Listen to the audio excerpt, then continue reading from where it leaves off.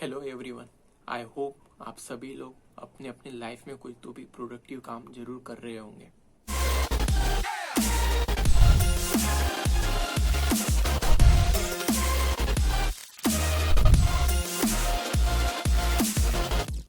हमारे देश में लड़कियों को लक्ष्मी और सरस्वती करके पूजा जाता है। उसी देश में रेप जैसे क्राइम बहुत मात्रा में हो रहे हैं। क्या हमारे देश में लड़कियां सुरक्षित है क्या, या फिर उनके छोटे कपड़े की वजह से रेप हो रहे, या फिर वो लेट नाइट तक बाहर घूमती इस वजह से रेप हो रहे, या फिर उनके मेल फ्रेंड है इस वजह से रेप हो रहे। आपका क्या ओपिनियन है? क्योंकि ऐसे ओपिनियन बहुत सारे लोगों के हैं। आपका कोई ओपिनियन होगा तो नीचे कमेंट करके जरूर बताइए। एनसीआरबी की रिपोर्ट के अनुसार हमारे देश में चौथा सबसे बड़ा क्राइम ये रेप है। मैं जब इस टॉपिक पे रिसर्च कर रहा था तो ऐसी ऐसी रिपोर्ट सामने आई जो देखकर मैं दंग रह गया। इस टॉपिक पे बात करना उतना अच्छा नहीं लगता, पर जो लोग कर रहे हैं, जो हमारे देश में हो रहा है, उसकी इंफॉर्मेशन रहना आपको बहुत जरूरी है। 2018 में रेप की 33,356 केसेस ये रिपोर्ट की गई है। तो आप सोचिए, ये वो लोग हैं जिन्होंने हिम्मत दिखाकर आगे आए और रिपोर्ट की।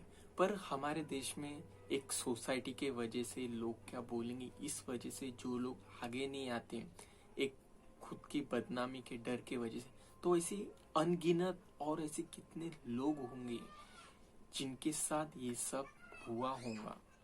और हर एक 16 मिनट में रेप की एक केस दर्ज कराई जाती है। हाँ, हम उसी देश में हैं जहाँ 9 कन्याओं को खाना खिलाया जाता है और जो अपनी घर की दीवारें और जो दरवाजा है वहां तक ही उन लोगों की इज्जत की जाती है। बाद में घर के बाहर तो सिर्फ माल और आइटम, इसके अलावा कोई वर्ड ही नहीं है हमारे पास। गांव के लोग या फिर 50-60 उम्र के लोग या बहुत सारे ऐसे लोगों का बोलना है कि छोटे कपड़े पहनने की वजह से रेप होते हैं। अगर छोटे कपड़े पहनने की वजह से रेप होते हैं तो 5 साल की लड़की और 70 साल की औरत के साथ और दूसरी साइड में एक बुर्का पहनने वाली के साथ कभी कुछ भी गलत होना नहीं चाहिए था। हम लोग उन लोगों की सोच नहीं बदल सकते क्योंकि उन लोगों की सोच ये बनी हुई है। पर हमारे देश में आधे से ज्यादा पॉपुलेशन ये यूथ की है, तो यूथ की सोच बदलना बहुत जरूरी है। 2019 के एनसीआरबी के रिपोर्ट के अनुसार हमारे देश में सबसे ज्यादा केसेस ये राजस्थान में होते हैं, बाद में आता है एमपी और उसके बाद में आया है महाराष्ट्र।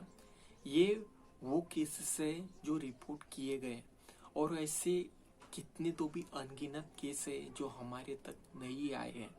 सबसे शॉकिंग वाली बात है कि 31,320 केसेस में आपका कोई पहचानने वाला ही था। जैसे आपका कोई पड़ोसी हो सकता है, आपका कोई रिश्तेदार या आपका कोई घर का ही व्यक्ति। जब आपके घर के ही लोग एक विश्वासघाती है तो आप बाहर के लोगों से क्या एक्सपेक्ट कर सकते हो? ये तो सबसे शॉकिंग वाली बात है ना। हमारे लिए इम्पोर्टेंट ये नहीं है कि किस राज्य में ज्यादा केसेस हुए और किस राज्य में कम केसेस हुए। हमारे लिए इम्पोर्टेंट ये है कि कहीं भी एक भी केस होता है तो वो हमारे लिए सबसे ज्यादा सोचने वाली बात है, और उसमें हमको काम करना बहुत जरूरी है।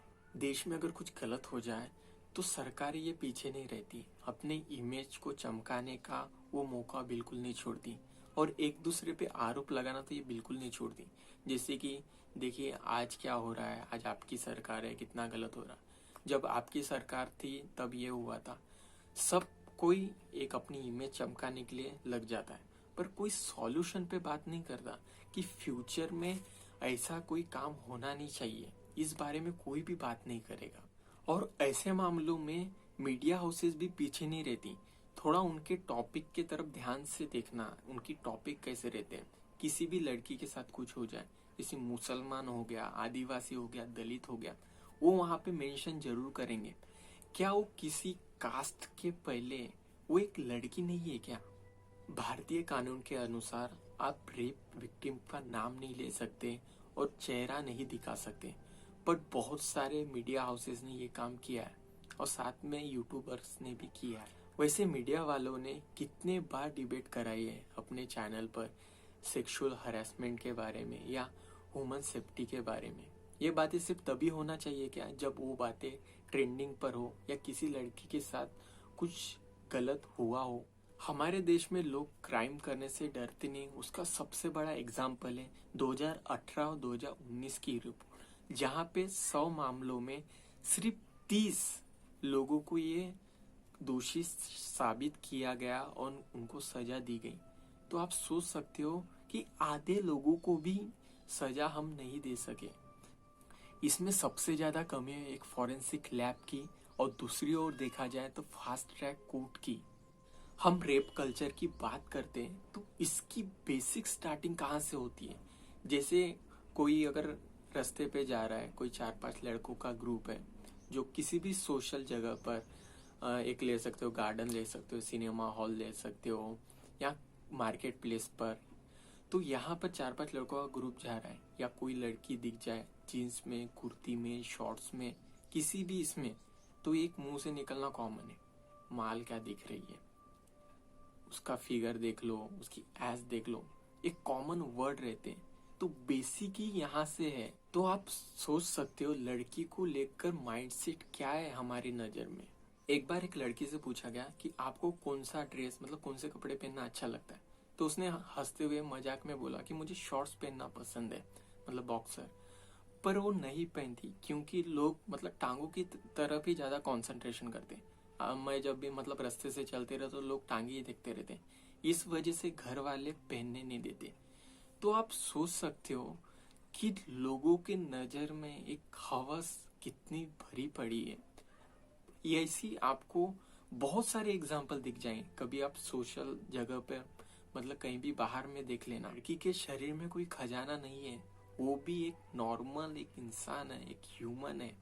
तो उनकी तरह देखो, ना कि एक हवस भरी निगाहों से, कपड़ों से, कास्टिज्म से। इससे कहीं ज्यादा बढ़कर है आपका माइंडसेट। माइंडसेट बदलना बहुत जरूरी है। क्योंकि आप देखना, कहीं बाहर रास्ते पर एक लड़का और लड़की बात कर रहे हो, वो बहन भाई क्यों ना, पर लोगों की नजर में वो क्या रहते हैं, ये सोचने वाली बात है। तो यहाँ पर हमेशा बात आती है माइंडसेट की, कि लोग किस बात को किस तरह देखते हैं। आप घर में किसी लड़की के साथ बात नहीं कर सकते या लड़के के साथ बात नहीं कर सकते, माइंडसेट। क्योंकि वही इंपॉर्टेंट है कि लोगों का नजरिया क्या है किसी बात को लेकर। अपना नजरिया बदलिए, बहुत काम आएगा। वीडियो अगर थोड़ा भी अच्छा लगा हो तो ऐसे लोगों के साथ शेयर कीजिए जिन्हें बहुत जरूरी है।